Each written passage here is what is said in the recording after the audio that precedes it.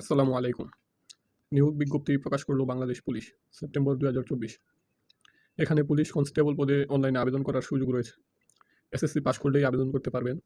আবেদন করতে কী কী যোগ্যতা লাগবে, পরীক্ষা কবে হবে, জানতে সম্পূর্ণ ভিডিওটি দেখার জন্য অনুরোধ জানাচ্ছি।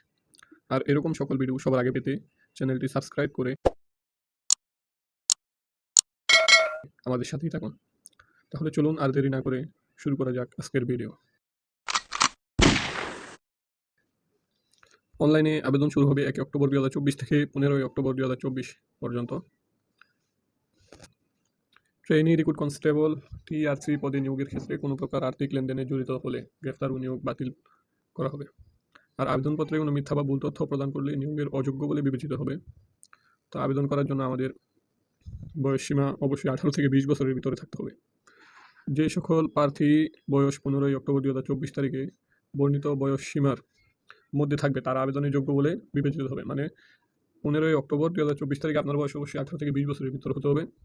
শিক্ষাগত যোগ্যতা প্রয়োজন, এসএসসি অথবা সমমান পরীক্ষায় কমপক্ষে আপনাকে 2.50 পেয়ে উত্তীর্ণ হতে হবে। আর জাতীয়তা অবশ্যই বাংলাদেশি নাগরিক হতে হবে, অবিবাহিত হতে হবে, বিবাহিত হলে হবে না।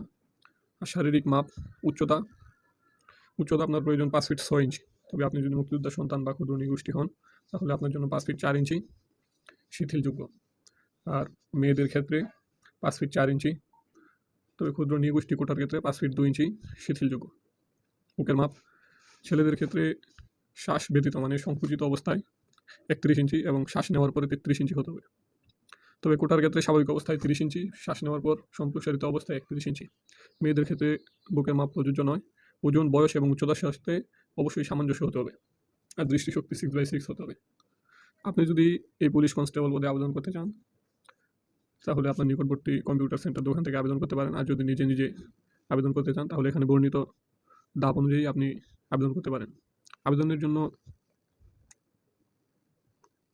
আবেদন করতে যাওয়ার সময় অবশ্যই একটি পাসপোর্ট সাইজের ছবি নিয়ে যাবেন। আবেদন শেষ হলে আপনাকে একটি অ্যাডমিট কার্ড প্রদান করা হবে, যা পরবর্তীতে আপনার পরীক্ষার সময় কাজে লাগবে।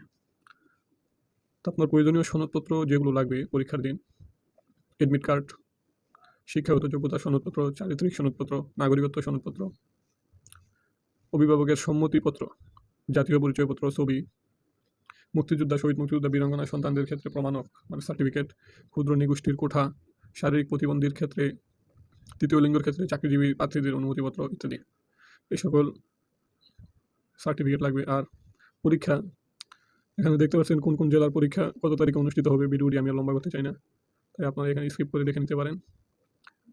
ভিডিওটি শেষ পর্যন্ত আমাদের সাথে দেখার জন্য ধন্যবাদ। আর এরকম সকল ভিডিও পেতে আমাদের চ্যানেলটি সাবস্ক্রাইব করে আমাদের সাথেই থাকুন। ধন্যবাদ। আসসালামু আলাইকুম।